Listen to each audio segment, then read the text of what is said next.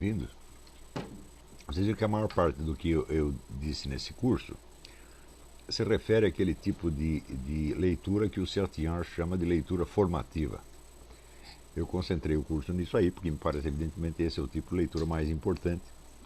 E os outros tipos, eu não reconheço muito a existência do tipo de leitura que eles chamam inspiracional. Eu acho que isso aí entra bem na... Também é um tipo de leitura formativa, então se reduziriam a 3.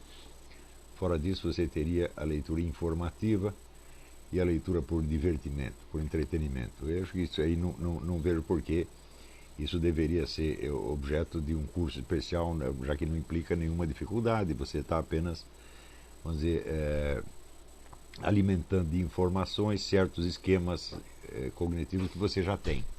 Tá certo? Então, não creio que isso necessite uma atenção especial. Mas a questão da leitura formativa, ela realmente é básica, tá certo? E eu espero realmente que os alunos se concentrem mais nesse tipo de leitura. O material que existe para isso é imenso, tá certo? Nós nunca vamos terminar de assimilá-lo, e essa formação ela deve prosseguir pelo resto da sua vida. Mas, portanto, os cuidados que se deve ter com esse tipo de leitura são mais apurados, por assim dizer. E, como nós vimos, as dificuldades são duas. Quer dizer, primeiro, que as pessoas não entram na leitura, às vezes, com a expectativa correta. A expectativa é diminutiva, por assim dizer. Em vez do sujeito se abrir para aquilo que está mesmo para além do próprio texto, em geral as pessoas concentram no próprio texto. Então, vamos dizer, a ambição de conhecimento que move as pessoas é modesta demais. Esse é um primeiro problema. O segundo problema é, vamos dizer, a pressa de você julgar. Veja, você julgar alguma coisa, quando você se coloca na posição de juiz, você está se colocando acima do objeto que você está julgando. Não é isso? E basta isso, às vezes, para você perder toda a oportunidade de você crescer, de você se desenvolver até a altura, a dimensão do horizonte de consciência do autor que você está lendo. Não é isso? Então, é melhor uma leitura ingênua que concorde com tudo e se deixe conduzir e deixe o julgamento para mais tarde, se for necessário o julgamento. Na verdade, eu acho que nós só devemos fazer um exame crítico quando somos impelidos a isso pela própria leitura. Quando você encontra dificuldades internas da leitura, você encontra contradições, dificuldades, obscuridades em número excessivo, aí sim, tá certo? Mas não devemos entrar jamais na leitura com o espírito de julgar. Isso. O julgar é só quando for necessário. Também você pode se perguntar assim, mas por que eu deveria julgar isso? Quer dizer, qual é a importância de eu julgar isso? Qual é a importância de eu ter uma opinião sobre isso aqui? Por que eu preciso ter uma opinião? Não é isso? No começo do curso aqui nós pedimos aos alunos que fizessem um voto de pobreza em matéria de opinião. Isso não quer dizer que nunca mais eles vão ter opinião, apenas eles vão alimentar a sua opinião com conhecimento, com experiência, com meditação, etc, etc, até que um dia, quando abrir a boca, é porque terão realmente algo a dizer. Não é isso? O impulso de opinar é uma coisa assim, muito forte no brasileiro. Mas, por que as pessoas fazem isso? É porque emitir essa opinião faz parte, vamos dizer, da justificação ou fortalecimento da sua autoimagem. Tá certo? Então, é claro que quando o indivíduo emite essas opiniões, ele vai se apegar a elas pelo simples fato de que ele já as emitiu. Então isso começa a fazer parte da identidade dele. E aí entra num processo de autorreforço e não tem mais como sair disso. Quer dizer que mudar de opinião acaba se tornando muito difícil por causa disso. Ademais, a ideia de você fundamentar a sua autoimagem num conjunto de opiniões só pode resultar numa autoimagem muito frágil, porque justamente você vê quando o indivíduo está bem estruturado, está bem centrado, ele pode mudar de opinião 1000 vezes, isso não o afeta de maneira alguma, ele não tem apego à opinião, ele entende que a opinião é apenas um ponto de vista que ele teve num certo momento e que não é necessariamente o todo do objeto, não é isso? À medida que você vai estudando as coisas, você vai ser, de certo modo, obrigado a olhar as coisas por vários pontos de vista diferentes e, naturalmente, a sua opinião vai mudar muitas vezes e não há problema algum. Né? Quer dizer, em suma, opinião não pode ser reforço da sua personalidade. Ao contrário, a opinião deveria ser uma expressão da sua personalidade. Mas quanto mais incerta, quanto mais frágil a pessoa, mais ela necessita desse tipo de suporte, né? Onde, através da opinião, ela se mostra para uma outra pessoa. Quer dizer, a opinião passa a ser um aspecto dela que é conhecido pelos outros. E ela começa a ser conhecida como o portador desta opinião. E isso cria não só uma autoimagem, mas uma imagem social. Não é isso? Isso é o procedimento mais comum na convivência social brasileira. Não é isso? Mas isso só pode ser, vamos dizer, uma indústria de personalidades muito fracas. Não é isso? E cada vez mais vão precisar, vamos dizer, da confirmação alheia. Você dá a opinião para que concordem e se não concordam você vai se sentir inseguro. Não é isso? Então, tudo isto cria, vamos dizer, sem contar a crise da língua portuguesa no Brasil, que torna a leitura extremamente difícil. Quer dizer, tudo isso concorre para criar mais obstáculos à educação e mais ainda à autoeducação, da qual a leitura é um instrumento absolutamente fundamental. Então, tudo o que eu disse no curso é para ressaltar, vamos dizer, a ambição de tipo espiritual que você deve ter. Quer dizer, a ideia de você alcançar algo do mundo do espírito. Né, certo? E o mundo do espírito é o mundo da verdade. Né? Então, para tirar proveito disso, você precisa ter uma espécie de consciência permanente de que o mundo da verdade não é uma coisa que está na sua mente. A verdade não pode estar na sua mente. Tudo que está na nossa mente é puramente subjetivo, é um aspecto nosso e não tem nada a ver com os objetos. Isso também, a verdade não pode estar inteiramente nos objetos, senão não seria totalmente estranha. E também não pode estar somente, vamos dizer, numa relação. Né? Isso porque quando eu estabeleço uma relação entre eu e um objeto, é só uma relação possível, só aquela que está se observando naquele momento. Tá certo? Mas dizer, o conjunto da verdade sobre aquele objeto transcende cada experiência que nós tenhamos dele. Então, o mais certo é dizer que a verdade é um domínio, um campo que transcende sujeito e objeto. E é isso que nós devemos ter sempre em mente quando estamos lendo. Estamos lendo em busca da verdade do que está no texto, tá certo? E não somente do texto. Tá certo? Nós podíamos até continuar lendo aquele ensaio do Honório Delgado. Vocês têm a cópia aí?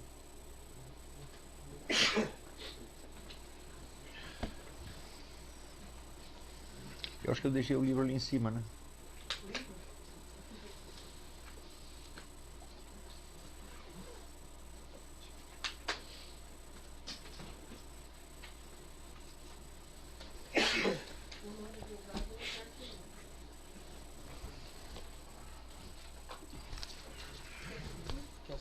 Ah, quero. Eu não sei onde deixei o livro.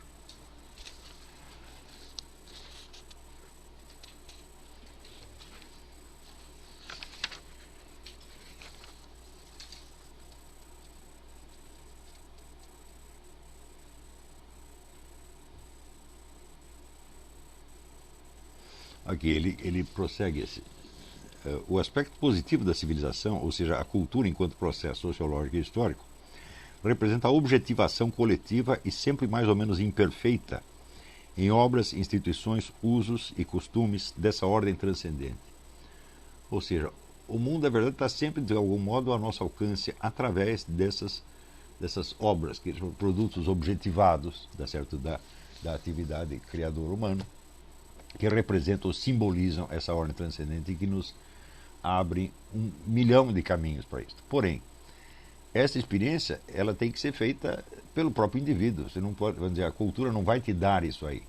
Você tem que ir atrás e necessariamente existe aí um esforço de imaginação sem o qual você não vai chegar a nada.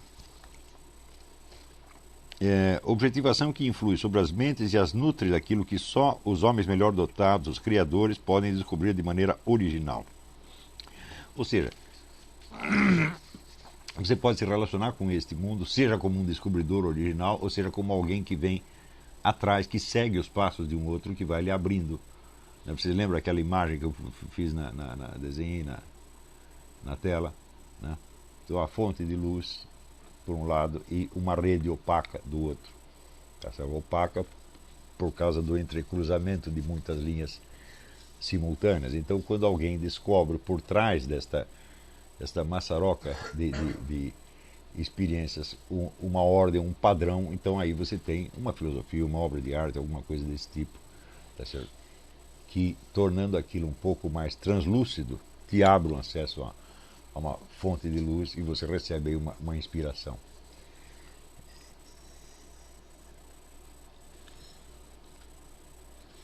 A cultura subjetiva se opera, pois, pela suscepção, quer dizer, recepção da semente preciosa de tal influência limpa de joio. E os livros, do mesmo modo que os estabelecimentos docentes, são ou deveriam ser órgãos e canais da sua intensificação. Então, agora, isto você dizer que deveriam, nós entendemos que as coisas, que esta é a natureza das coisas, que as escolas e as obras existem para isto. Porém, ao longo do tempo, acrescentam-se aí inúmeros objetivos menores. Isso que pode ser, vamos dizer, ou uma tendência ideológica, o interesse de um grupo político, vamos dizer, ou os preconceitos de um grupo religioso, assim por diante. E tudo isso pode tornar os próprios instrumentos de acesso a essa fonte luminosa podem se tornar opacos eles mesmos. Não é isso? Então, você precisa ver que você vai certamente conhecer pessoas que viveram na opacidade e não tem a menor ideia de que pode haver algo mais do que isto. Quer dizer, a própria repetição dos fatores que estão tornando a situação opaca é importante para essa pessoa porque reforça de algum modo a sua autoimagem, a sua trama de relações sociais, etc, etc. Então são objetivos infinitamente inferiores que interferem nisso e praticamente destroem o processo da educação, tá certo? Na hora de você ler um livro, tudo isso, todos esses fatores estão presentes. Afinal de contas, você foi educado, você foi alfabetizado no sistema brasileiro, você convive no meio brasileiro, tá certo? E o que você recebe o tempo todo como informação são só elementos que vão tornar a coisa ainda mais opaca. Isso quer dizer, chega a ser um verdadeiro milagre que algumas inteligências sobrevivam no meio disso e continuem procurando uma coisa mais alta. Sem contar, vamos dizer, um fator de ordem mais recente, que é, vamos dizer, a predominância na cultura mais popular de elementos altamente deprimentes. Quando você vê a maior parte dos filmes hoje em dia, você vê que nesses filmes, vamos dizer, a profissão normal é o sujeito ser assassino profissional, a mulher ser prostituta, o traficante de drogas. Quando você pega os heróis das histórias, quase todos eles são assim. Então, isso quer dizer, está criando um novo padrão de normalidade. Na hora que as pessoas começaram a sair para a rua com tatuagem e piercing, você também criou um novo padrão de normalidade.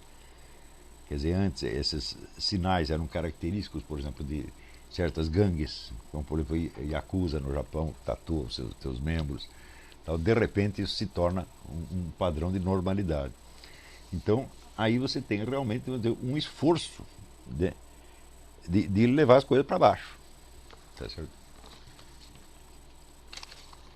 Esse esforço ele é onipresente, mas ele não é onipotente, porque em muitas pessoas ele cria, vamos dizer, uma repulsa automática. Você simplesmente não aceita isso, né?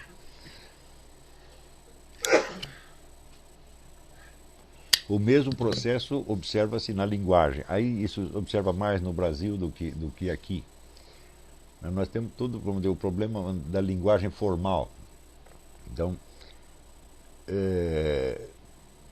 tudo o que nós dizemos tem alguma articulação. E essa articulação pode chegar, vamos dizer, até a perfeição das formas literárias superiores, tá certo?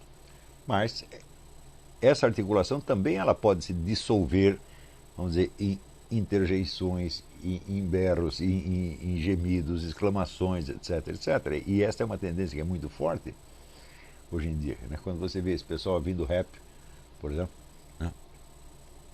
Ali você praticamente só tem interjeição e xingamento, você não tem um discurso com começo, meio e fim. Também as pessoas vão se acostumando com isso, né? E se tudo isso fosse apenas um fator externo, não seria um grande problema, mas essas coisas se internalizam de algum modo. Mesmo que você as odeie, elas estão presentes e elas comem uma parte da sua atenção, né? Então, quer dizer que há aí não, tá aqui, já está cheio aqui. Põe mais um pouquinho que está frio. Quer dizer, não deixa de haver uma certa necessidade de um certo esforço heróico para você se manter imune a todas essas coisas, né? Porém, quer dizer, a mais mínima concessão que você faça, quer dizer, a um meio inculto e grosseiro vai te fazer mal. Se você, por exemplo, quer conservar a amizade de certas pessoas que não têm interesse nisso, está lascado. Se você está se elevando culturalmente, você tem que procurar amigos que estão fazendo a mesma coisa. Tá certo? Os outros são apenas relações sociais, superficiais, mas cuja opinião não deve ter a mais mínima importância para você. Isso inclui, evidentemente, a sua própria família. Você não vai maltratá-los, você não vai brigar com eles, mas não há nenhuma maneira de você ter uma relação profunda com eles. Você vai ter uma relação, vamos dizer, amável, superficial, externa, e não vai ficar triste porque eles não entendem o que você está falando. Mas, na verdade, eles não têm obrigação nenhuma para entender, porque eles não seguiram os passos que você seguiu. Tá certo? E talvez nem tenham capacidade para isso, né? Então, vamos dizer, uma mudança de meio social é quase inevitável no curso disso. Você vê que as cidades universitárias foram feitas para isso, para propiciar a convivência entre pessoas que estão interessadas nas mesmas coisas. Só que depois elas começaram a servir a outros objetivos, né, menores, sobretudo ligados aos interesses de determinados grupos específicos, ou feministas, ou gaysistas, ou racialistas, etc, etc. É claro que isso deprime formidavelmente o panorama, né? Então, tudo isso são, vamos dizer, obstáculos que pesam e que pode até, vamos dizer, no ato íntimo de você ler, tudo isso está presente de algum modo. E a maneira de você exorcizar isso é você ter em vista, vamos dizer, uma fonte luminosa a qual você quer chegar. Então é mais importante você ter esta motivação do que você seguir esta ou aquela técnica. É isso? Então, às vezes tem perguntas. Hoje era para ser só perguntas.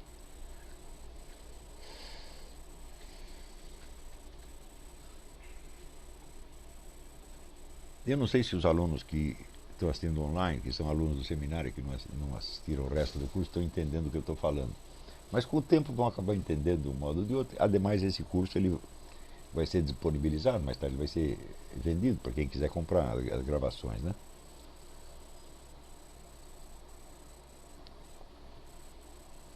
O texto do Honório Delgado foi disponibilizado para todo mundo ou só para os alunos inscritos neste curso, Silvio? O texto? É. Não, já está para todos os alunos. Ah, sim. Sim. Tem um link no chat. O link do texto está no chat. Ah, sim. Esse texto nós usamos, lemos algumas partes dele. O curso não foi baseado no texto, mas o texto deu pretexto, por assim dizer, para alguns comentários que ilustravam as coisas que eu tinha dito nas 3 primeiras aulas.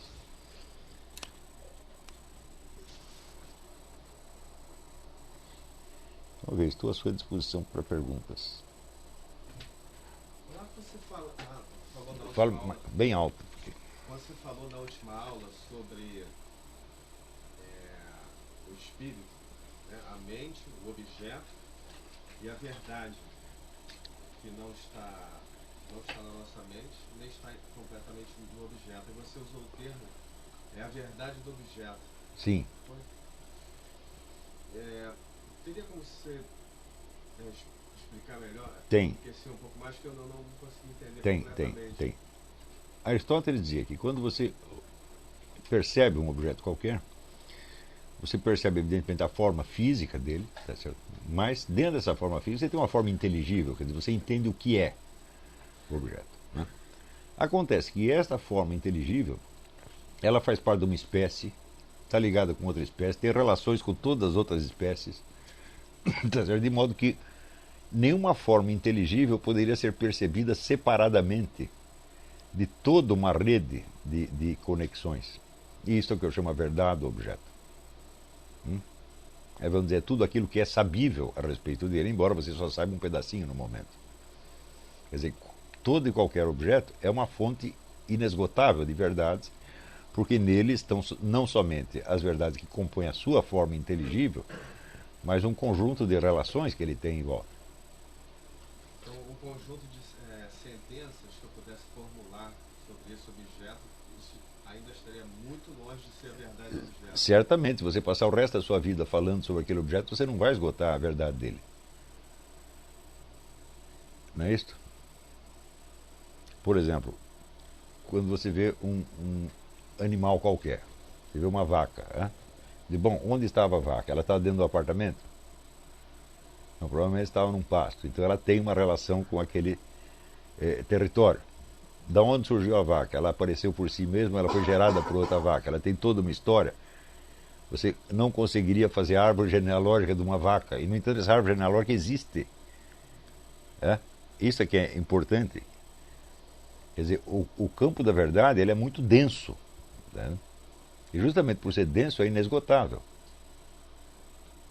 Agora, de certo modo, qualquer ato de percepção está abrindo você para esse campo da verdade. Do qual você, vamos dizer, é como se você lançasse você lança uma luz, que é a luz da sua atenção, mas essa luz tem um alcance limitado, ela vai até um certo ponto e depois, para adiante está tudo escuro. Mas está tudo escuro para você, mas você sabe que a verdade está lá. Então é isto que, vamos dizer, na Bíblia diz caminhar diante de Deus, quer dizer, você estar diante da verdade o tempo todo. Você saber que ela está ali, ainda que ela esteja inacessível para você. Quer dizer, um dos grandes problemas, vamos dizer, da filosofia dos 3 últimos séculos foi que ao se concentrar na atividade do sujeito e querer explicar todo o processo cognitivo pela estrutura do sujeito, chegou a problemas absolutamente insolúveis. Não é isso que você vai chegar, então o resultado disso será algum tipo de kantismo, né? Onde todo o nosso conhecimento não passa da projeção das nossas formas cognitivas sobre um mundo que em si mesmo permanece caótico. Então nós seríamos, por assim dizer, a fonte da verdade. A verdade não é o que as coisas são, mas aquilo que coincide com as formas a priori do nosso conhecimento. Você vai chegar nisso. E é claro que isso, evidentemente, é uma tragédia. Em primeiro lugar, porque coloca o próprio ser humano como fonte da verdade e transforma o mundo em volta, o universo inteiro, numa espécie de caos.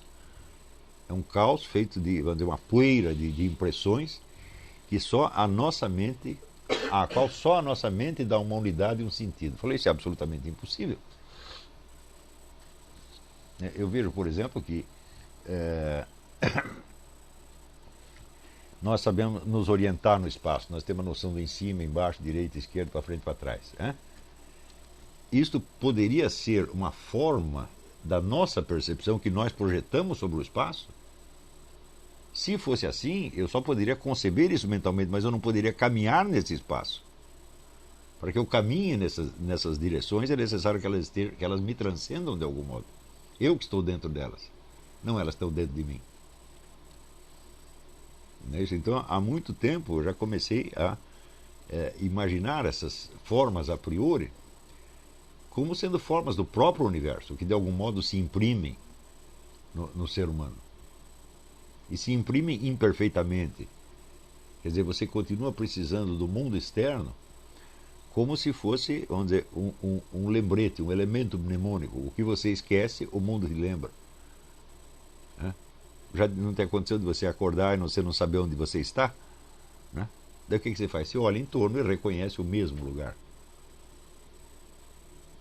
É que se não fosse isso, vamos dizer, se toda a ordem do mundo dependesse da projeção das nossas formas, nós seríamos apenas sujeitos cognoscentes, nós não poderíamos agir e estar no mundo.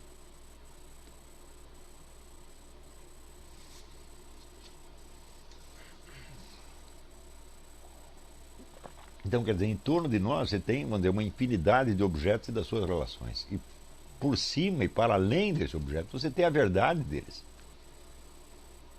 É verdade que os transcende infinitamente. Por exemplo, o simples fato, voltando ao exemplo do animal, né, quando você vê o animal, é só ele que está presente. Mas ele não saiu do nada. Como diz, ele tem uma árvore genealógica que remonta até o começo dos tempos. Isso é real, isso está lá nele. Mas ao mesmo tempo o transcende infinitamente. E você sabe que sem isso ele não existiria. Não é isso? Do mesmo modo, por exemplo, quando, vamos dizer, um casal tem relações sexuais, todos os ancestrais deles estão ali presentes. A árvore genealógica inteira está ali presente. Não é isso? Senão não seria possível o ato da geração. E se você não percebe isso, então você está vivenciando essa situação de maneira abstratista. Você está vendo só um pedacinho, você recortou um pedacinho e só presta atenção nele. Quer dizer, esse é o pecado do abstratismo. Você achar que só existe aquilo no qual você está prestando atenção. Em vez de você ampliar seu círculo de consciência para vivenciar as experiências de uma maneira cada vez mais cheia. Cheia de todos os elementos que as compõem realmente. Diga. Desse ponto do abstratismo, na vida do dia a dia, na vida do dia a dia, é normal a gente ter uma experiência abstratista. Sim. Quer dizer, a abstração é um elemento absolutamente necessário para a vida prática, mas não para a formação do seu espírito. Quer dizer, não é porque a situação prática me impõe tal ou qual limitação que eu vou decretar essa limitação como sendo, vamos dizer, a fronteira última do universo. Quer dizer, inclusive, o ato de abstração ele só é realizado de uma maneira perfeita e exata quando você sabe de onde você abstraiu as coisas. E sempre que esse ato de abstração se fecha em si mesmo, ele se torna imperfeito, ele se torna errado. Quer dizer, você não sabe que pedaço do que você está separando. Na verdade, se você pensar bem, a nossa própria existência de todos os dias é um pouco abstrata, porque nós mesmos somos abstrações até certo ponto. Isso, aquilo que nós sabemos de nós mesmos é puramente abstrato. Eu não tenho conhecimento da minha realidade concreta. De vez em quando eu tenho algum vislumbre dela. Mas é o tal negócio, o mundo concreto ele está sempre aí. Tanto o mundo dos objetos quanto o mundo da verdade. Ele está sempre aí, ele não vai fugir. Não é isso? Nada impede você de voltar a ele de novo, e de novo, e de novo, e de novo, e de novo. E você ir assim enriquecendo a sua vida interior, e ampliando o seu horizonte de consciência. Não é isso? Então, especialmente quando você vai examinar algum assunto em especial, não é isso?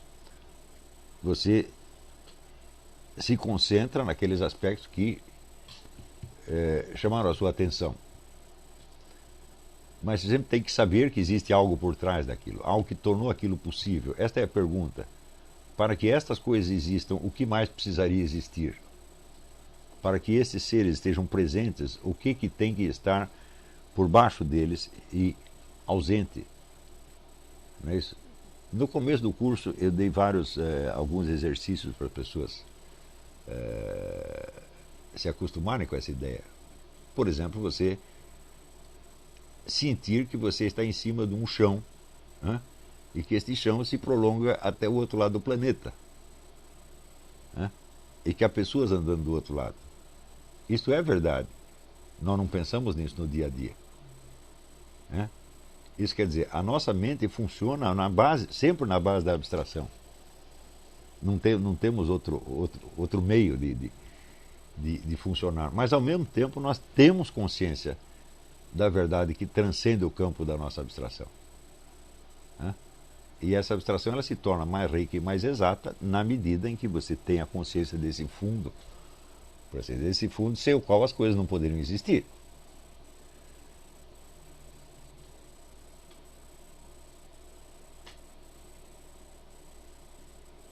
Não é isso? Quer dizer, a pergunta é sempre essa: para que esta coisa exista, o que mais precisaria existir? Veja, isso também tem um análogo naquilo que eu disse da leitura. Você está lendo uma afirmação do sujeito, você pergunta assim: para ele saber isso, o que mais ele precisaria saber? É? Ele escreveu uma parte do que ele sabe, mas para ele saber isso, tem uma outra coisa que ele tem que saber e que ele não escreveu. E vamos dizer, e isto é a verdade do horizonte de consciência dele. Está entendendo? E é justamente aí que você vai adquirir o sentido do que são, vamos dizer, os autores verdadeiramente grandes. São aqueles cujo horizonte de consciência se prolonga até uma região que você nem enxerga mais. Após que em outros casos o horizonte de consciência é tão limitado, né, que o próprio sujeito não se enxerga a si mesmo. Você leu meu livrinho sobre Maquiavel? Leu? Alguém leu aí? É? Então ali você fica demonstrando, o horizonte de consciência do sujeito é tremendamente estreito. Né? Ele não enxerga o que ele mesmo está fazendo. Ele tem uma compreensão precária daquilo que ele tá, do material que ele está lidando. Mas nesse caso, quando se fala em verdade do objeto e a atenção é voltada sobre si mesmo, no caso de Maquiavel não houve isso, mas quando você volta a atenção sobre si mesmo, é natural que vai ficar muita coisa de fora, vai escapar eternamente. Mas aí é o tal negócio. Você vê, uma coisa é o que está dentro do seu campo de consciência. Quando fala, horizonte de consciência transcende campo de consciência. Campo de consciência é o que eu estou pensando agora, o que eu sei agora. O horizonte de consciência é tudo aquilo que eu tenho a capacidade de perceber, embora não esteja percebendo neste momento. É todo aquele fundo de coisas que eu sei, mas nas quais eu não preciso necessariamente estar pensando agora. Tá certo? Mas, para além do seu horizonte de consciência, existe o mundo. Né? Não é isso?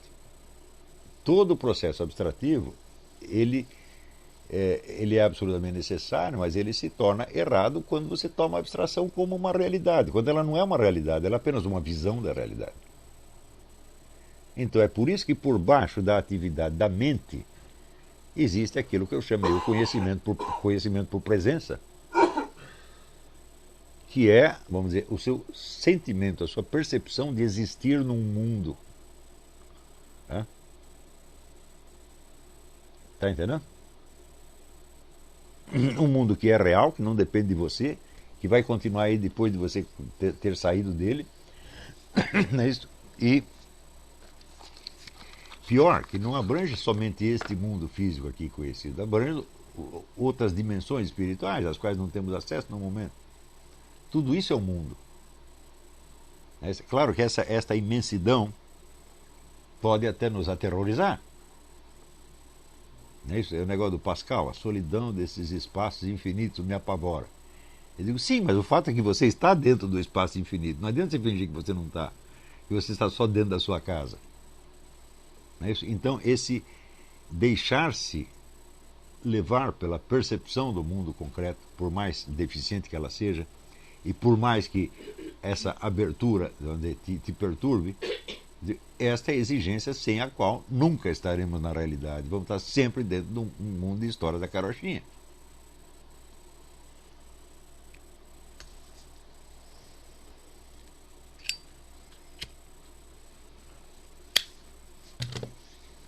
Você vira, por exemplo, durante muito tempo eu estudei Karl Marx. E um dia eu percebi que para Karl Marx a natureza física só existia como matéria-prima da indústria e da técnica. Ela não tinha uma existência própria, ele não concebia a natureza externa. A natureza está aí só para ser transformada. Ele disse assim, olha, de tudo que o ser humano transformou desde que ele existe, enquanto do universo físico ele mexeu, num pedacinho de um planetinha. Né? Portanto, esta concepção, ela inverte a hierarquia da realidade. A natureza não está aí para ser transformada. Só um pedacinho dela é transformado. Então nós estamos dentro dela e nós sofremos as determinações dela, quer dizer, determinações das quais a ciência conhece apenas um pedacinho. Não é isso? Existem outras de dimensões que mal começam a ser exploradas, como por exemplo esse famoso fenômeno da ressonância mórfica, né, do Rupert Sheldrake, que é onde um campo novo e inexplorado, e que mostra, por exemplo, a simultaneidade de certos fenômenos que acontecem a milhares de quilômetros de distância. Por exemplo, aqui você tem um grupo de ratinhos que está aprendendo a sair do labirinto, e na hora que ele descobre a sair do labirinto, um outro grupo de ratinhos do outro lado do mundo descobriu a mesma coisa. É isso. Então, isso quer dizer que existe entre eles um tipo de ligação que nós não conhecemos. Não é isso? Quer dizer, toda hora a ciência descobre mais desses fenômenos, quer dizer, ela descobre mais problemas do que soluções, mais perguntas do que respostas, e isso é normal. Quer dizer, o fato de você estar num universo em aberto, que te transcende infinitamente, quer dizer, bom, se você não tem este sentido, você está fora da realidade. Porque essa é a condição na qual você está, não só o universo espacial, mas o universo temporal também. Pensa bem, até onde você conhece, por exemplo, a história da sua família? Os ingleses costumam dizer que no Brasil ninguém sabe quem foi seu avô. É isso? Então, quer dizer, as árvores genealógicas terminam 2 gerações para trás. E, no entanto, todas as tendências hereditárias estão em você. Você as carrega, só que você não sabe quem elas são. Você estuda aquele negócio do Zondi, da psicologia do Zondi, você vai ver o peso enorme que os antepassados têm, quer dizer, na formação da sua conduta, das suas emoções, etc, etc. Então esse é um bando, ele compara um bando de personagens que está dentro de você, exigindo que você repita o destino deles. Mas você não os conhece.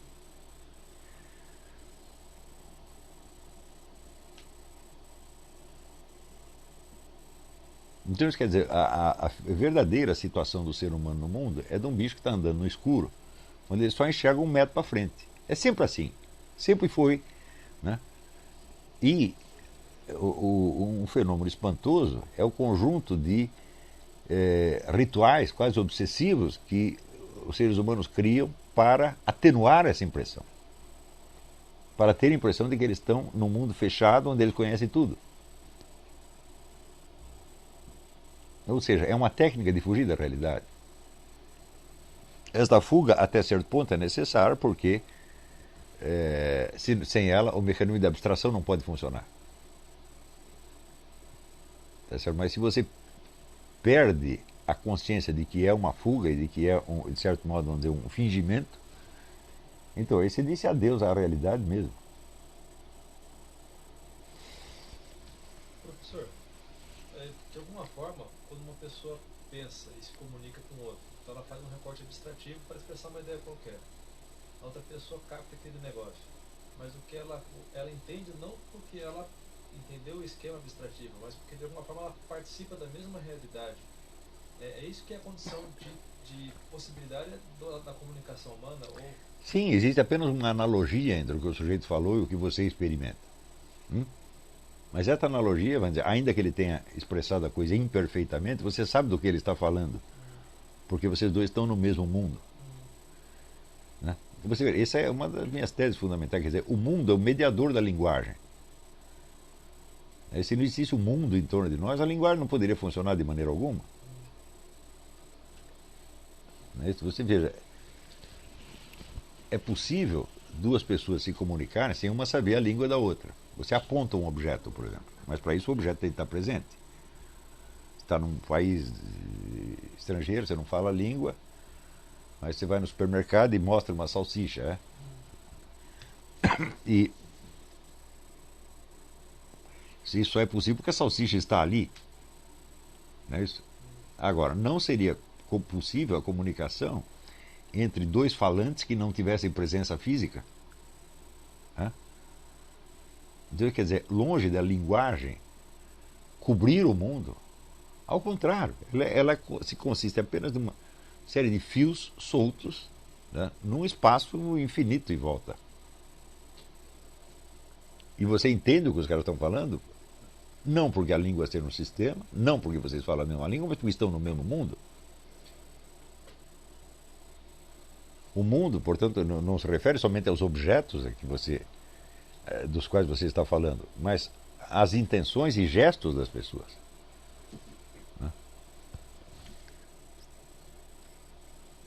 Quando uma pessoa fala alguma coisa, você entende não somente o de que ela está falando, mas também a intenção com que ela está falando.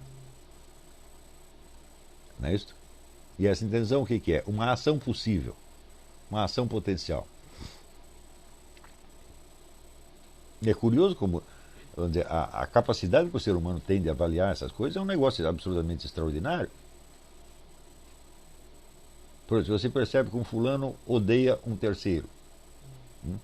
Ele não disse nada, foi só pelo jeito dele falar, você percebe que ele odeia o fulano. E você percebe instantaneamente que esse ódio não é suficiente para levá-lo a matar o fulano. Se você não percebeu, você não entendeu o que ele disse. Está entendendo? Quer dizer, a compreensão da linguagem vai além daquilo que foi dito. Porque é complementado, vamos dizer, por um olhar, por uma entonação. Tá certo? Na verdade, a nossa capacidade de perceber essas coisas é uma coisa absolutamente extraordinária. Isso tem sido explorado nos últimos anos pela programação neurolinguística, que também só arranhou um pedacinho da coisa, né?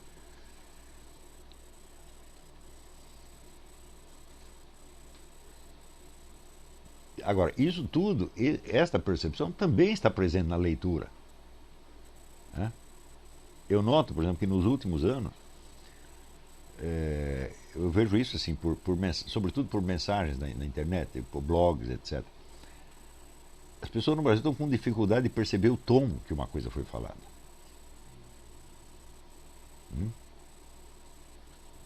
Isso aí é grave. Em grande parte, o responsável por isso chama-se maconha. Não, verdade. A maconha ativa os centros linguísticos, e deprime a percepção, deprime a memória. Então, a máquina de falar está desligada da máquina de perceber. Portanto, a máquina de ler também está separada.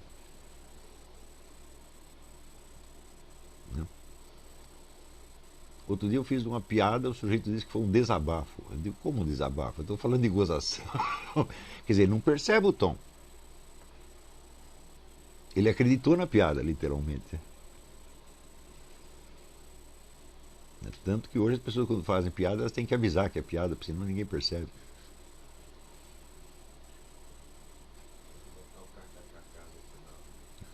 Então, isso quer dizer que existe uma imensa capacidade de adivinhação no ser humano. Não é bem uma adivinhação, mas é uma percepção de uma coisa que é meramente potencial. Não é isso? Que é exatamente o que eu chamo o círculo de latência. Quer dizer que você, quando percebe um objeto, você não percebe só a presença física dele e não percebe só a forma inteligível dele. Você percebe o que ele pode fazer ou o que você pode fazer com ele. Isso tudo está presente. Eu dou um exemplo, você está andando na rua e tem um cachorro deitado. Você percebe só que é um cachorro? Ou você percebe que ele pode abanar o rabo, ele pode rosnar para você, ele pode sair correndo atrás de você, pode te morder, pode sair correndo, pode fazer uma série de coisas. Se você não sabe que ele pode fazer tudo isso, você não sabe que é um cachorro, porque esse é apenas um cachorro empalhado. Não é isso? Então, a percepção desta força que está presente nos objetos, força ou de agir ou de padecer uma certa ação, tá certo? Essa percepção é imediata. Você está vendo um monte de livros, aí você pode lê-los, mas não pode comê-los, ou não sabe? Quer dizer, a forma deles não admite essa ação. Não é isso? Você sabe que eles podem cair da estante, mas eles não podem sair voando. Em tudo o que nós percebemos, existe esse círculo de latência. E se some o círculo de latência, então você não está percebendo nada. Você está percebendo apenas formas estáticas que não querem dizer coisa nenhuma. E, no entanto, com que órgão dos sentidos você percebeu o círculo de latência? Com nenhum.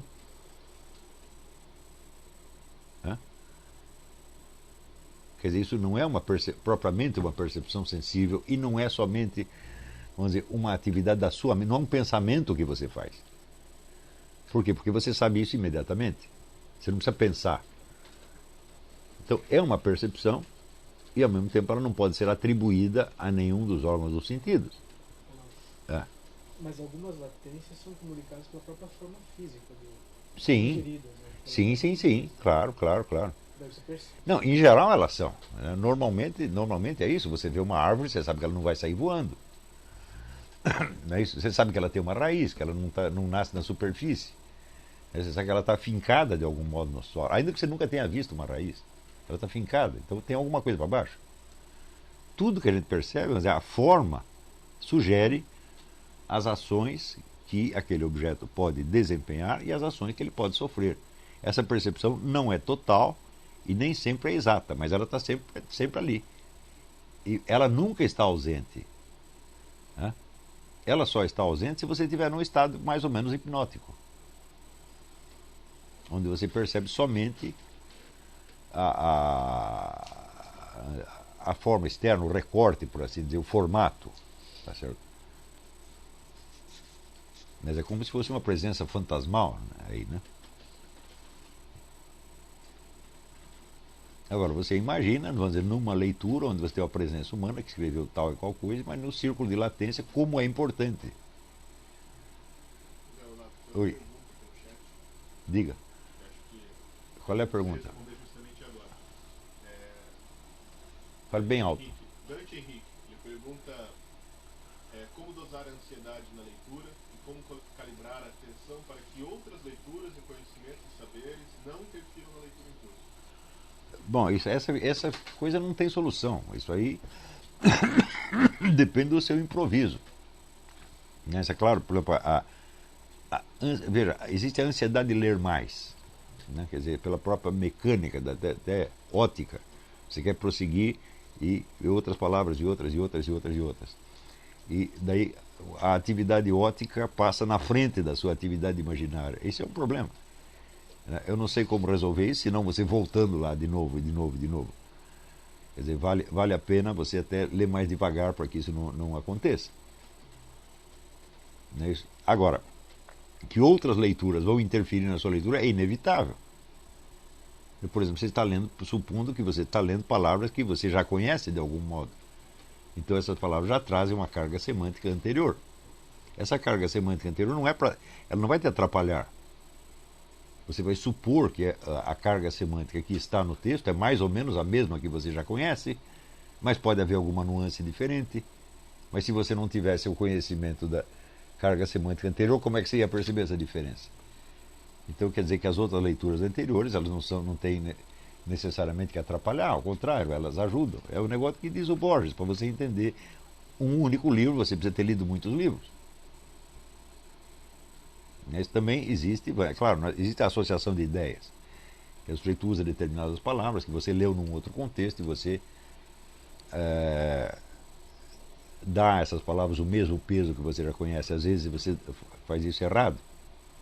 Uma coisa pode não ter nada a ver com a outra, quer dizer, uma associação fortuita que se deu na sua mente e que não está na intenção do autor, não está no texto.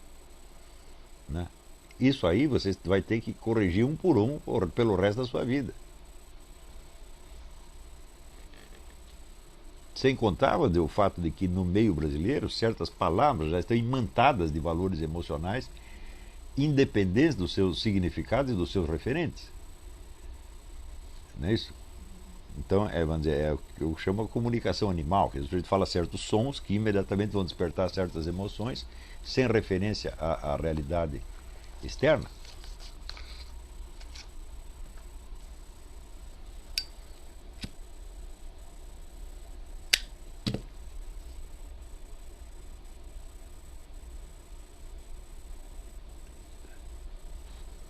Quer dizer, aí o desligamento entre, vamos dizer, a palavra usada como gatilho de emoções pode funcionar independentemente de qualquer referência externa. Isso funciona realmente. É um método hipnótico, na verdade. Isso, quando o hipnotizador encosta o dedo na sua mão e diz que é um cigarro e a sua pele aparece queimada. Tá certo? Não havia cigarro nenhum, não havia o objeto capaz de produzir aquela ação. Isso tudo se deu dentro da sua mente. Foi a comunicação direta entre a palavra do hipnotizador e o seu cérebro. Tá certo? Eu acredito que a maior parte do que se fala e se escreve no Brasil hoje é assim. Quer dizer, uma comunicação puramente hipnótica. Mas as pessoas não se lembram de olhar para o objeto e dizer, peraí, mas do que você está falando?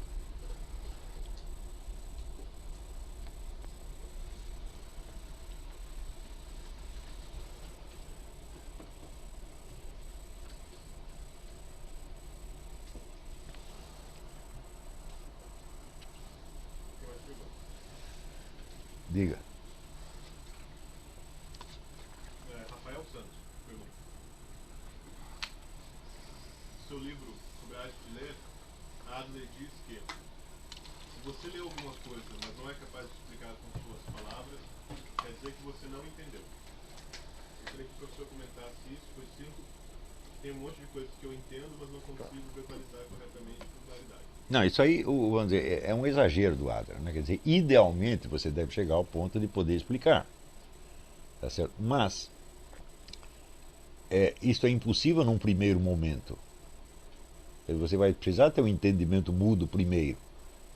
É claro que o que o autor está falando transcende a sua capacidade de explicar, porque senão você teria escrito aquilo e não ele, Tá certo? Também eu não acredito que seja muito importante você chegar a esse ponto de poder explicar. Tem impressões que eu tive na leitura 30 anos atrás que eu não sei explicar até hoje. Mas elas estão presentes de algum modo, né? Quer dizer, ele está dizendo isso quando se refere, vamos dizer, a conceitos abstratos. Aí o ideal é que você de fato os domine e consiga explicá-los. Mas, por exemplo, quando você lê a Divina Comédia, como é que você vai explicar aquilo, meu Deus do céu? Hã? Você pega o primeiro verso, né? No meio do caminho desta vida, né? O que quer dizer esse meio do caminho? Pode querer dizer tantas coisas, você nunca vai esgotar. Então, Tem que ser outro Dante. claro, você teria que ser outro Dante. Então, evidentemente, ele está falando de explicações, conceitos abstratos, não de símbolos poéticos, né? Olavo, como você comentou a respeito do Adler, que a perspectiva dele é diferente do que você procura obter, transmitir para os seus alunos, e quando ele fala que você não consegue explicar, talvez seja algo dentro da dimensão do que ele ensina, equivalente ao que você diz, você tem que tomar posse daquele conhecimento. Isso não necessariamente, às vezes você explica aquilo, mas você introjeta aquele Sim, conhecimento mas e passa a fazer parte de você. quando se trata de símbolos poéticos, quer dizer, esse introjetar, esse tomar posse, não quer dizer que você seja capaz de explicar aquilo. Sim. Mas, sobretudo, você nota que o indivíduo entendeu uma mensagem poética quando ele observa análogos dela na vida real. Mas esses análogos são ilimitados. Mas ó, aquilo é... Por exemplo, não é normal você, quando você está explicando alguma coisa, você de repente, para ilustrar aquilo, você lembra um verso. Então você está dando mais um exemplo, mais um análogo que apareceu. Quer dizer, você está reconhecendo na realidade análogos daquilo que ele diz. Isso mostra que você entendeu. Ainda que você não consiga explicar aquilo, né? Na verdade, a explicação, vamos dizer, de um poema seria apenas um conjunto de análogos que você fez. E pode haver outra explicação, e outra, e outra, e outra, e outra, e outra. Isso não acaba mais. Assim como se você estiver falando texto sacro da Bíblia, então aí que a coisa não acaba mais mesmo. Agora, o Adler está dizendo isso porque aí tem que explicar. Os alunos que não estavam durante a semana pularam esta parte. O método do Adler é feito para criar um cidadão consciente da democracia americana capaz de discutir os assuntos públicos. E supõe que exista uma democracia funcionando, que existam valores e leis conhecidos de todo mundo, tá certo? E que a ordem política esteja funcionando. Essa situação não se cumpre no Brasil, evidentemente. Então, o objetivo do nosso curso não pode ser isso. O nosso objetivo é fazer pessoas que consigam sobreviver, tá certo, num meio culturalmente deprimente, não é isso? E que possam, por si mesma, exemplificar uma ordem ideal nas suas obras e nas suas pessoas, e possa mais tarde inspirar outras pessoas. Esse é o nosso objetivo. É muito mais ambicioso, pensando bem, do que o Adler, né? O Adler está preparando as pessoas para uma circunstância social que já está pronta e que, de certo modo, os favorece. E nós estamos preparando pessoas para atuar num ambiente onde tudo os desfavorece. Você tem que abrir, você não tem uma estrada pronta, você vai ter que abrir a picada no facão.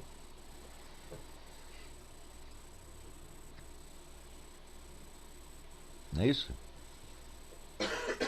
Mais alguma pergunta? A outra pergunta que ele quer.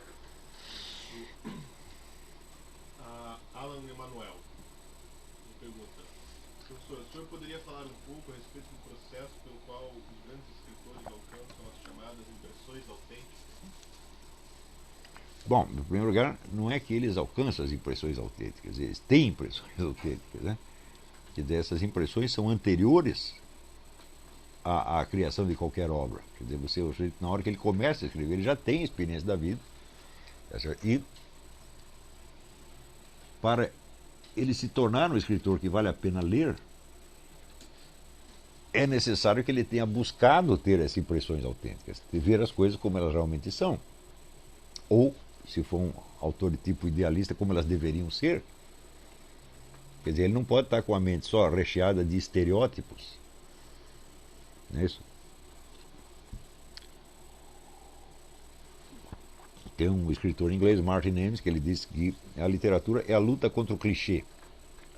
Quer dizer, o que é um clichê? O clichê é um topos, é um lugar comum que se repete e que tem por si mesmo uma força hipnótica sobre você. De maneira que, em vez de você ver as coisas das quais se está falando, você tem aquela impressão emotiva a partir da própria palavra. Não é isso? Então, você pode ter discursos inteiros que são assim, onde nada corresponde a objeto nenhum e, não obstante, suscita as emoções requeridas. Não é isso? Como, por exemplo, eu acabo de ler documento da CNBB falando dos pobres gays que são assassinados. Então você tem a impressão de que existe uma onda de assassinatos de gays. Na verdade não existe. Mas isso provoca uma emoção. Sobretudo se o cara é um militante gaysista. Ele já se sente uma vítima de assassinato. Então você não está falando, vamos dizer, de uma situação real que está sendo expressa por palavras. Você está falando, vamos dizer, de uma impressão criada apenas por palavras. Quer dizer, não passa pelo referente, você só tem signo e significado. O referente, em vez de ter algo a ver com o objeto, o referente é apenas criado pela emoção do ouvinte. Então, se você pensar bem, as discussões públicas brasileiras são quase todas assim. E as pessoas não ficam viciadas nisso, né? Mas isso é um tipo de histeria, né? É, claro, isso é um sintoma histérico. O histérico não acredita no que ele vê, nem no que ele sente, e ao contrário, ele sente aquilo que ele disse, ou aquilo que ouviu. Então aí você está exatamente nos antípodas do que é a literatura. A literatura é obra de pessoas que veem com seus próprios olhos, ouvem com seus próprios ouvidos e, de algum modo, conseguem transpor isto numa linguagem. O que é uma operação sempre difícil, porque a língua é a mesma para todo mundo e as impressões são pessoais e diferentes de um por um. Então, quer dizer, você vai ter que adaptar a língua às necessidades expressivas daquilo que você percebeu. Então, no fim das contas, vamos dizer, é um problema moral. De você se apegar ao que você realmente percebeu, ainda que seja difícil de expressar. E, na verdade, a impressão autêntica é sempre difícil de expressar, porque tudo que nós recebemos como linguagem são lugares comuns. Nós estamos submetidos a um bombardeio de lugares comuns o tempo todo. Então nós não estamos habilitados a dizer aquilo que nós percebemos. Estamos apenas habilitados a repetir o que outros já disseram. E veja, a simples aquisição da habilidade de falar como os outros já é um problema. Hã? Você imagina, por exemplo, um neguinho que entra na USP e que vê aqueles professores falando, até ele adquirir aqueles trejeitos, aqueles cacoetes, aquela coisa toda. É um problema difícil, é? Quer dizer, a aquisição de uma habilidade, mas essa habilidade sufoca a sua inteligência, a sua capacidade de expressar impressões autênticas.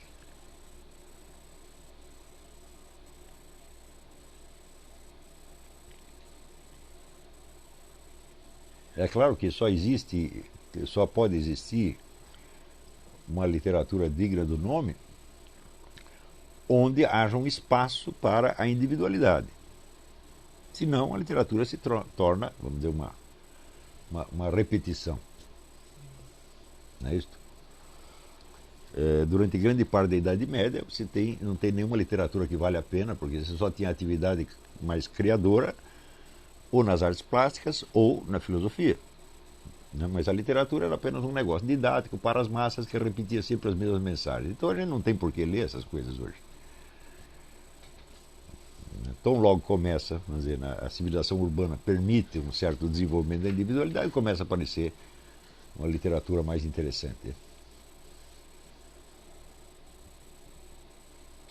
Também, se você observar assim, você pega a história da União Soviética. Mas é claro que existiu uma imensa literatura soviética, moldada segundo os cânones do partido, etc. Só que ela não tem interesse para nós, porque é tudo igual. Então, somente os dissidentes, os caras que estavam na cadeia, é que tinham uma individualidade suficientemente desenvolvida para fazer uma literatura interessante. É mais doutrinação, né? Sim, não é bem doutrinação, é uma macaqueação de formas, né? O intuito podia ser doutrinário, né? Então, mas durante a Idade Média, a literatura, o teatro, né, medieval, e a literatura soviética, elas ainda, não é a expressão adequada, mas poderia dizer que elas estavam a serviço de uma hegemonia cultural. Sim, sim, sim. Mas a impressão que eu tenho que hoje, como você está colocando no Brasil, não é isso. É só aquele fenômeno do conselheiro Acácio, sabe? A repetição de Sim, esse aspecto de macaqueação no Brasil transcende infinitamente o problema da hegemonia cultural. Vamos dizer, começa com uma luta pela hegemonia cultural, mas hoje não é mais isso, não. Quer dizer, hoje é uma incapacidade consolidada mesmo, quer dizer, é uma crise da linguagem, uma crise da inteligência. Então, de certo modo, essas pessoas nem podem ser doutrinadas mais. E nem, não podem nem precisam, né?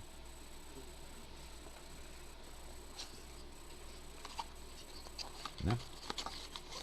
Outro dia você estava comentando sobre a doutrinação nas escolas. Você disse que essa palavra já não é mais apropriada para falar. A palavra doutrinação está completamente inadequada para descrever a situação de hoje. O que você tem, vamos dizer, é um repasse de cacoetes. Não é isso? De condutas histéricas, na verdade. O Carlos Nadalim, observando as escolas, assim, ele tem uma tese que é o seguinte, que hoje no Brasil, essa dominação ideológica não se passa pelos materiais didáticos, como é a preocupação dos conservadores, né? Com os livros, com todos os materiais didáticos, mas por meio da macaqueação que o aluno faz do professor. Claro. O professor vem treinado das universidades. Quer dizer, o essencial ali não é o material didático, não é o livro, é a presença do professor. Claro. Tem um conteúdo bom, ruim, ideologicamente orientado, o aluno não pega nada. Porque ele não tem as habilidades necessárias para transformar a leitura no... E eu acho que o processo hoje não é doutrinação, eu acho que é imbecilização mesmo. Não é um modo de dizer, não é uma coisa depreciativa. Quer dizer, é um professor lesado mentalmente que é copiado por crianças que vão ficar lesadas também. Você disse uma vez que para haver doutrinação tem de haver um pouco de inteligência. É evidente. Assimilar aquela doutrinação. Para haver uma doutrina, precisa haver uma doutrina contrária. Precisa haver alguma discussão, alguma dialética. Mas isso não existe. As pessoas são incapazes de pensar qualquer coisa fora daquele universo delas. Elas não têm nem com quem discutir.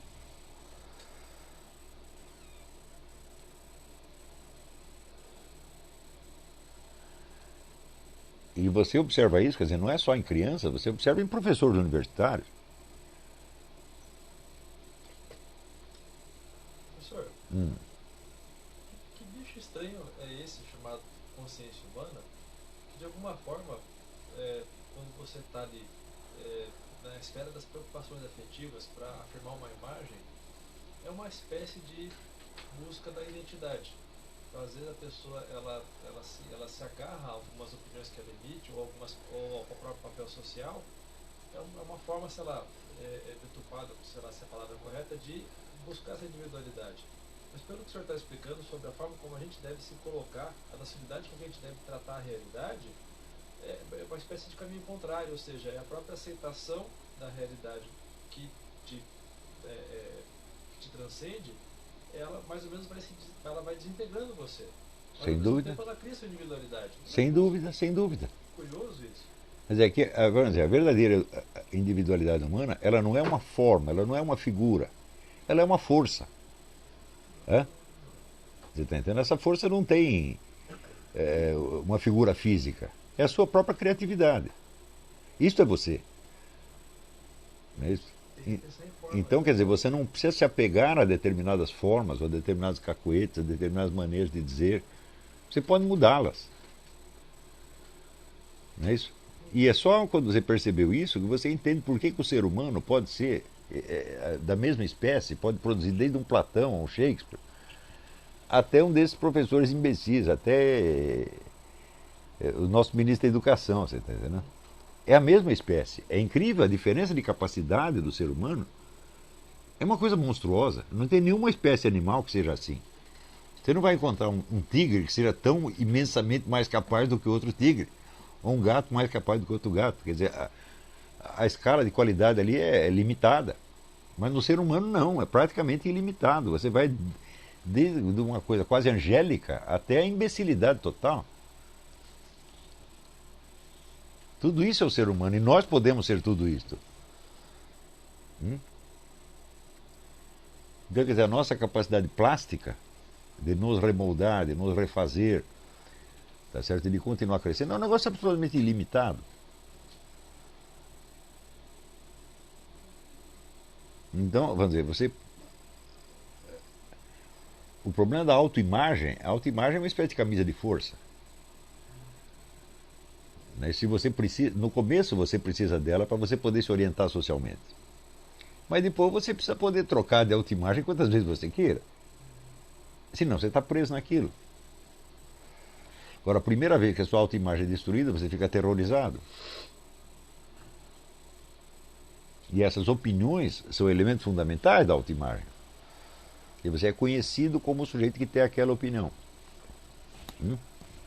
Mesmo que você não seja assim. Né? As pessoas vestem essa camisa de força em você. Elas querem te identificar a uma certa opinião que você emitiu num certo dia e que era, vamos dizer, apenas uma etapa do seu aprendizado, da sua descoberta, etc, etc. Né? Então, no fundo, tudo isso aí é uma espécie de materialismo, quer dizer, é um apego à impressão imediata.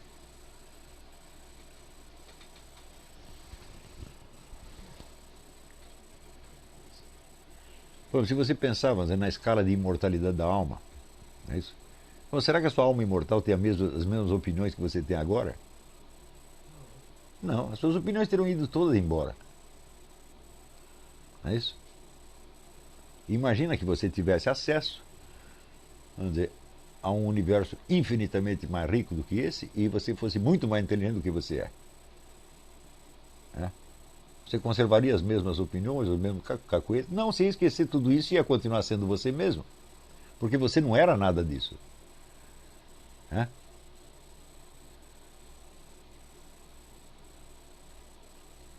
Você era uma força de criar-se a si mesmo. Isso que é a consciência humana. A consciência humana ela se cria a si mesma à medida que ela se amolda às formas da verdade.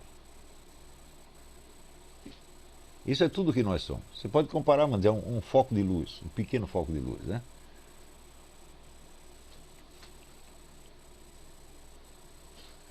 Então isso não tem uma forma, um formato, por assim dizer, né? Ela tem uma forma, claro, no sentido inteligível da coisa.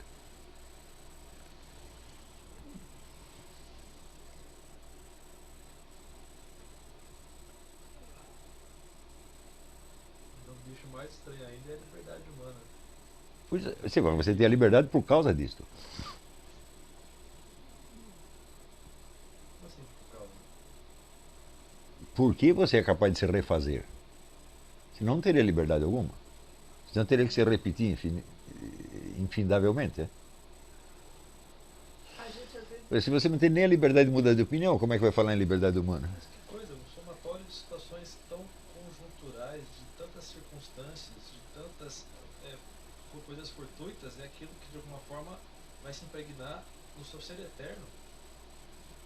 Não seria isso? Porque de alguma forma a nossa existência, para a consciência que fica fazendo recorte. Nada vai se impregnar no seu ser eterno. Nada. seriada, a nossa- Absolutamente nada. Tudo o que te aconteceu não tem importância nenhuma. Mas aí, Mas não é isso que é o perdão dos pecados?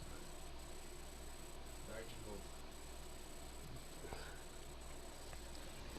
Se tudo se impregnasse em você, o perdão dos pecados seria impossível. Não é isso? Quer dizer, você pode ser refeito. Você pode mudar de forma infinitamente sem deixar de ser você mesmo.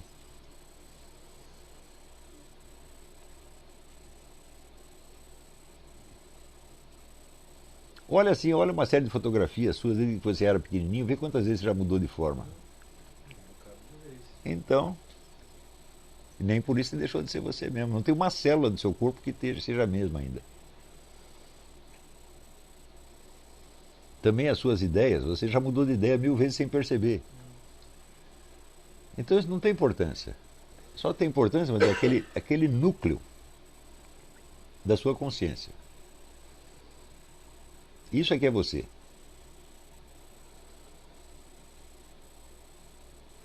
E esse núcleo, o que é a capacidade dele? A capacidade de se refazer, de se criar à medida que, vamos dizer, que contacta o mundo da verdade. O mundo da verdade fecunda a consciência. A consciência se faz. Eu digo que ela se faz. Ela não é feita pelo mundo da verdade. Ela se faz porque a iniciativa é dela. Né?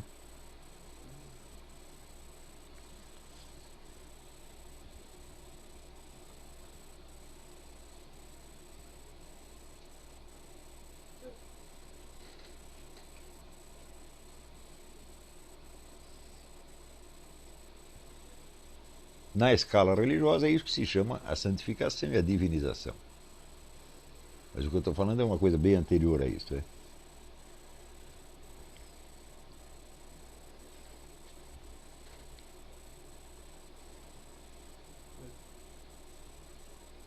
alguma forma, pegando uma palavra que o senhor usou, a gente sendo fecundado é uma forma, a consequência disso é uma forma de a gente ser, de Deus se reproduzir na gente. Por assim Sim, sim, sim. Quer dizer, o fato de você ter uma consciência, o fato de você ter um eu, tá certo? Não pode ser explicado por nenhum fator natural. Quer dizer, o eu é o maior dos milagres, se você pensar bem. Né? Porque o próprio Deus se define como eu sou, o eu sou. Né? Então, essa capacidade de ser eu é uma coisa divina. Né? E de algum modo isso está presente em nós. Eu não sei como, não venha me perguntar porque eu também não sei.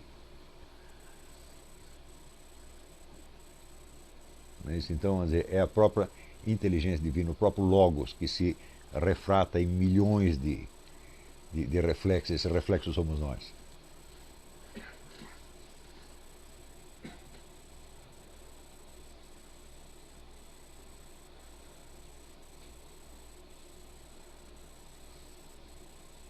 Então você vê, desde vamos dizer, dessas alturas do espírito, vamos dizer, até a miséria do nego que está totalmente preso à repetição de coisas insignificantes. Né?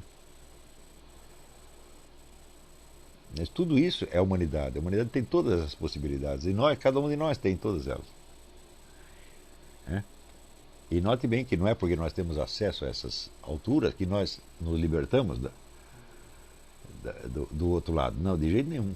A vida inteira estamos presos a isso aí, porque isso é a situação humana. E no fundo era isso que Aristóteles queria dizer com o animal racional. Você não pode esquecer que quando ele vai explicar o que é a razão, né? A razão não é só a capacidade de pensar, não é só a capacidade de fazer silogismos, a razão é nous, é espírito, tá certo? Então, o animal dotado de espírito, mas que não deixa de ser animal por causa disso. Né? E que, portanto, está preso a todo aquele mundo dos reflexos condicionados, da repetição, etc, etc.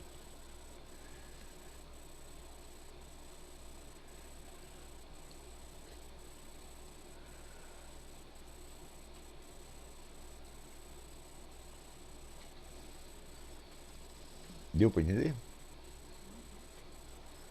Então, acho que podemos dar por encerrado esse curso aqui, se não tiver mais perguntas. Então, tem outras perguntas, mas acho que você já acabou respondendo. é? Tem uma aqui.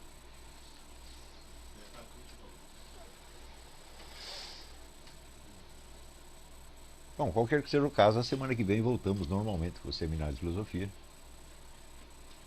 É isso. E esse curso aqui mais tarde será disponibilizado para quem deseje comprá-lo.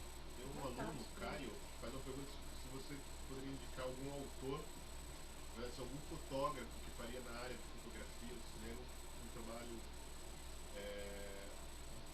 análogo à compreensão da realidade, beleza, como na literatura. No cinema tem muito, tá certo? Mas na fotografia pode ser que tenha, mas não me ocorre no momento não. Mas eu vou pensar e vou ver se descubro.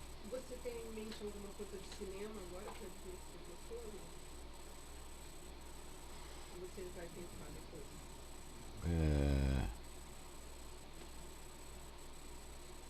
Eu nunca pensei nos filmes sob esse aspecto, né? Não, prefiro responder, não sei. Mais tarde eu penso.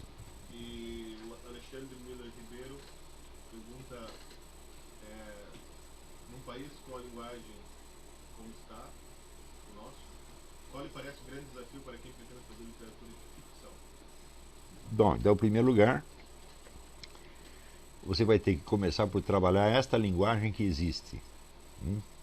Você pegar esse tecido de chavões, lugares comuns e trabalhar para descobrir o que está no fundo nele e como você pode transformar uma coisa na outra. Quer dizer, não adianta você querer direto chegar numa linguagem mais elevada, você não vai conseguir. A gente sempre tem que trabalhar a língua que existe.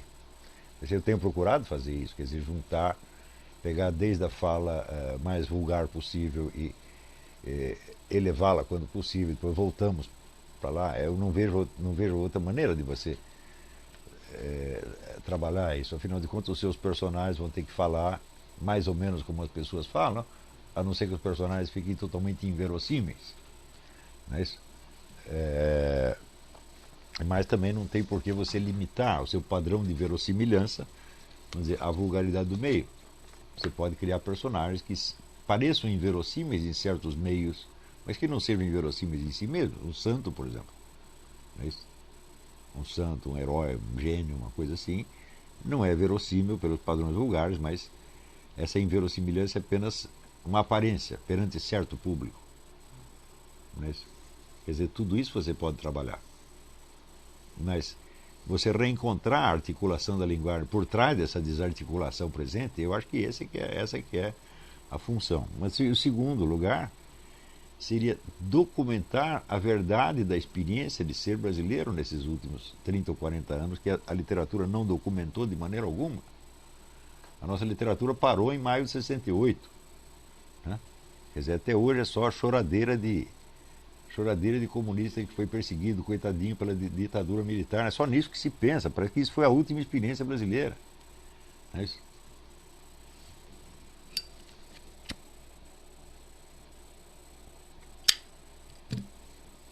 Então, quer dizer, nós temos que dar voz, vamos dizer, a toda esta população brasileira que tem vivido e tem sofrido e que não está entendendo nada do que acontece, mas são pessoas que existem, e como tal, podem ser personagens de ficção a qualquer momento. Como o Marcos Ribeiro fez, né? Sim. Agora, tem que ler muito a literatura brasileira até os anos 60, porque ela estava num caminho muito bom. O próprio Marco Rebelo, acho uma leitura indispensável.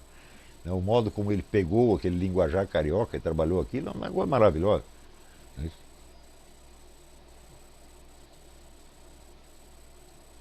Então tá bem.